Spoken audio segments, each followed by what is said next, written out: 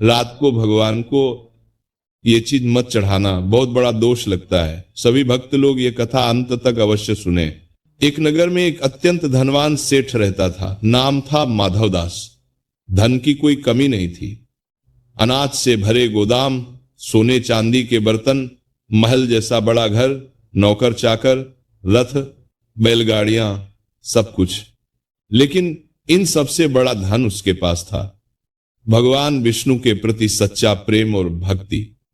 हर सुबह सूर्योदय से पहले उठता, स्नान करता, साफ वस्त्र पहनता, तुलसी को जल देता, भगवान के सामने दीपक जलाता और मंत्र जप करता। शाम को भी आरती, भोग और फिर तुलसी के पास घी का दीपक। धनवान था लेकिन भीतर से विनम्र था। उसकी पत्नी का नाम था शिवरानी। शांत, सरल, धर्मपरायण, गृह कार्य में निपुण, दूसरों का दर्द समझने वाली। घर की लक्ष्मी भी वही थी और सेठ की सबसे बड़ी ताकत भी। दोनों पति पत्नी धनी थे, सुख सुविधाओं से भरा घर था, लेकिन एक कमी उन्हें भीतर से खाती थी, संतान नहीं थी। वर्षों बीत गए, कितने ही वैद्य दिखाए, कितने ही यज्ञ करवाए, मंदिरों में मन्नतें मांगी, दान पुण्य किया, गरीबों को अन्न वस्त्र दिए, लेकिन गोद सूनी ही रही। हर वर्ष दीपावली आती, पूरा घर सजता, लेकिन लक्ष्मी पूजन के बाद जब दोनों दीपक की लौ को देखते तो एक ही प्रार्थना करते, हे प्रभु, अब की बार हमारा आंगन भी एक नन्ही हंसी से भर दीजिए। आखिर उन्होंने एक और उपाय शुरू किया। सावन महीने में भगवान शिव के सोमवार के व्रत।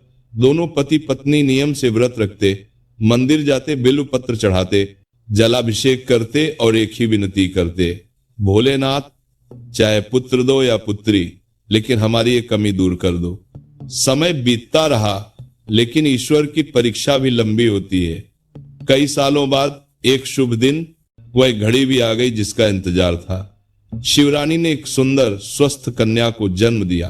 पूरे नगर में खुशखबरी फैल गई। ढोलक बजी, मिठाइयां बांटी, घर में मंगल गीत गाए गए। सबसे पहले सेठ ने क्या किया? बच्ची को गोद में लेने से पहले सीधे मंदिर गया, भगवान के चरणों में सिर रखा और बोला, आज हमारे घर पर आपकी कृपा बरसी है, अब इस बालिका की रक्षा भी आप ही करना।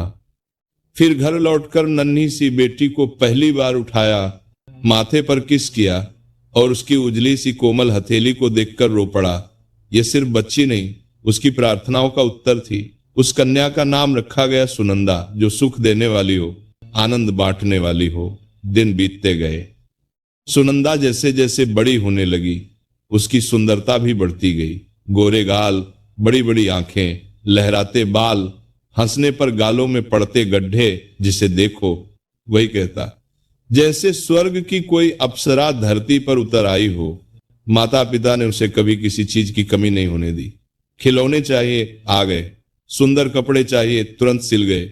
सोने की चूड़ियां, मोतियों की माला, महंगे झूले, नर्म गद्दे, जो मांगो वही सामने। धीरे धीरे घर में एक आदत बन गई, सुनंदा जो कहे वही अंतिम। कभी नई शब्द उसके सामने बोला ही नहीं गया।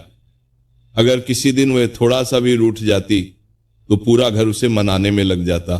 बाप कहता, अरे जाने दो ना, हमारी इकलौती बेटी है।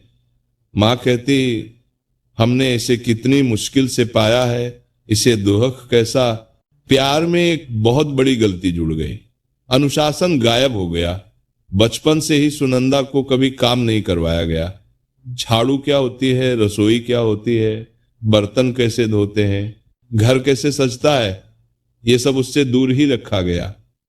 नौकरानियां थीं, नौकर थे, सब काम वही करते।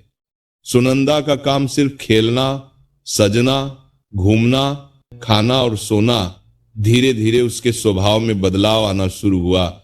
शुरू में वह सिर्फ जिद्दी थी, फिर जिद के साथ आलस्य जुड़ा, फिर आलस्य के साथ अभिमान और फिर अभिमान के साथ कटुवाणी। वह किसी छोटे नौकर को नाम लेकर अपमानित कर देती, किसी मेहमान को ताने मार देती, और अगर घर में किसी ने उसे समझाने की कोशिश की तो तुनक कर जवाब देती, ये सब काम तो गरीब लोग करते हैं, मैं क्यों करूं, मैं कोई नौकरानी हूं क्या। साफ सफाई से उसे जैसे नफरत थी।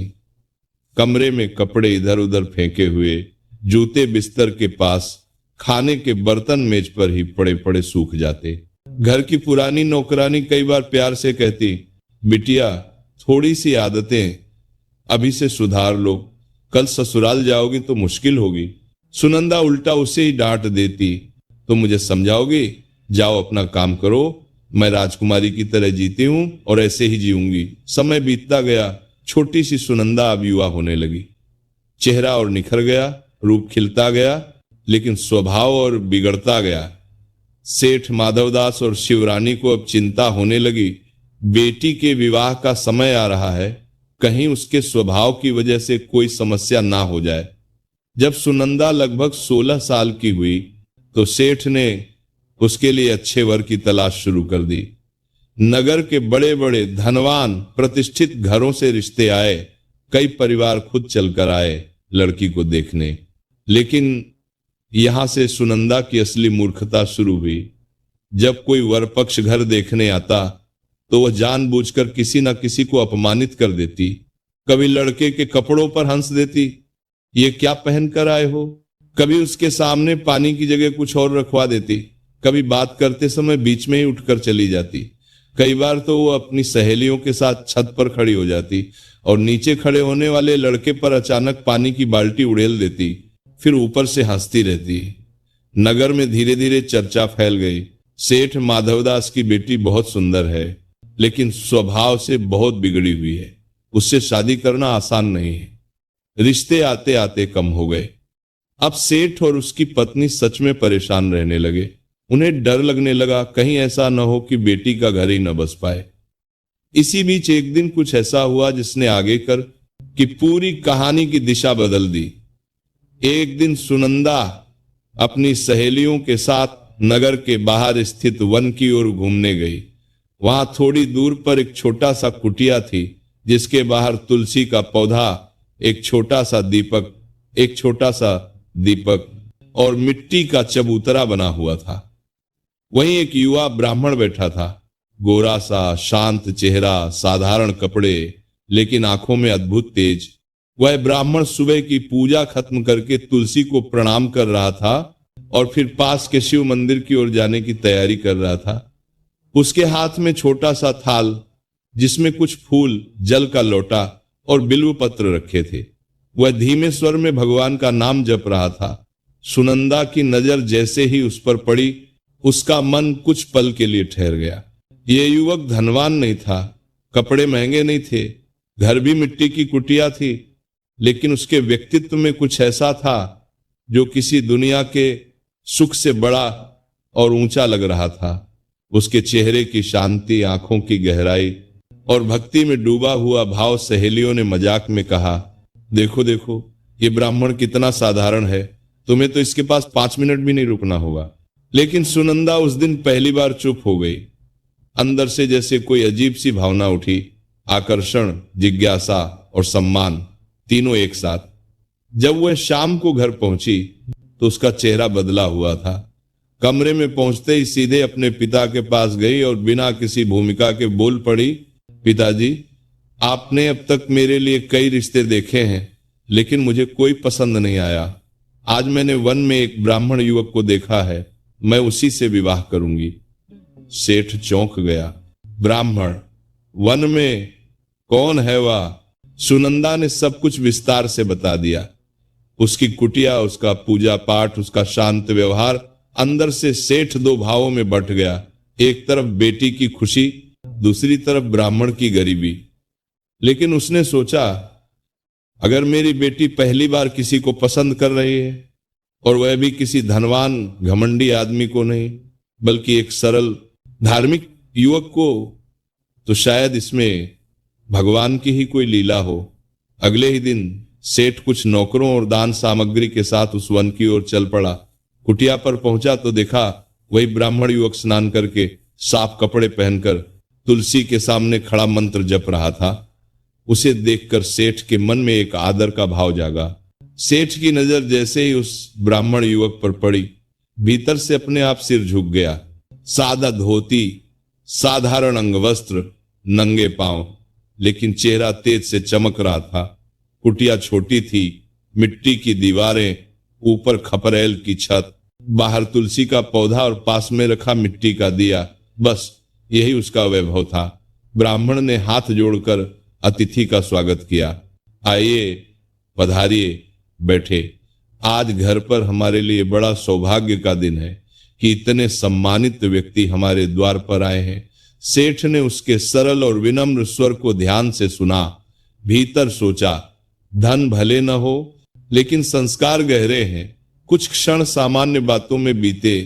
कुटिया कैसी है, माता पिता कैसे हैं, जीवन यापन कैसे चलता है, कहाँ पढ़े हैं, कौन कौन से शास्त्रों का ज्ञान है। युवक ने शांत भाव से बताया, नाम शांतनु है, माता पिता वृद्ध हैं, उनकी सेवा करता हूं, पास के मंदिर में पूजा पाठ कराता हूं, गांव वालों के बच्चों को पढ़ाता भी हूं। भगवान की कृपा से जैसे तैसे गुजर बसर हो जाती है। सेठ ने सीधा मुद्दा खोला, एक बात दिल की कहनी है। मेरी एक बेटी है, सुनंदा। उसने आपको वन में मंदिर जाते देखा है। उस दिन से वह अपने मन में आपका ही वर्ण कर चुकी है। अगर आपकी अनुमति हो तो मैं अपनी बेटी का हाथ आपके हाथ में देना चाहता हूं।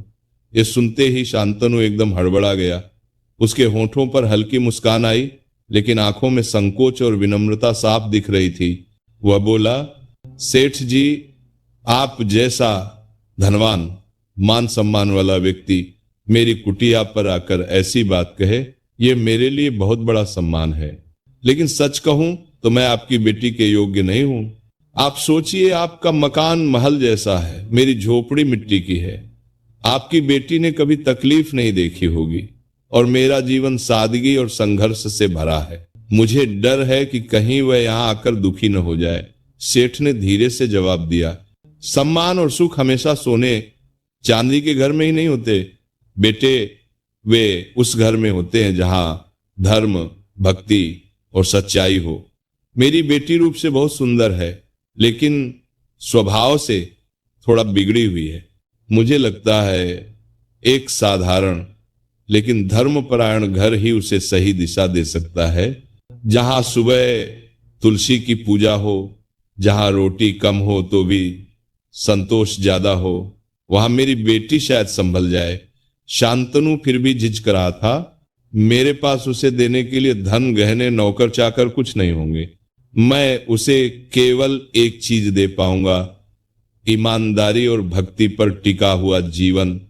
अगर आप सच में तैयार हैं उसकी सारी जिम्मेदारी समझकर तभी सोचिएगा। सेठ मुस्कुराया।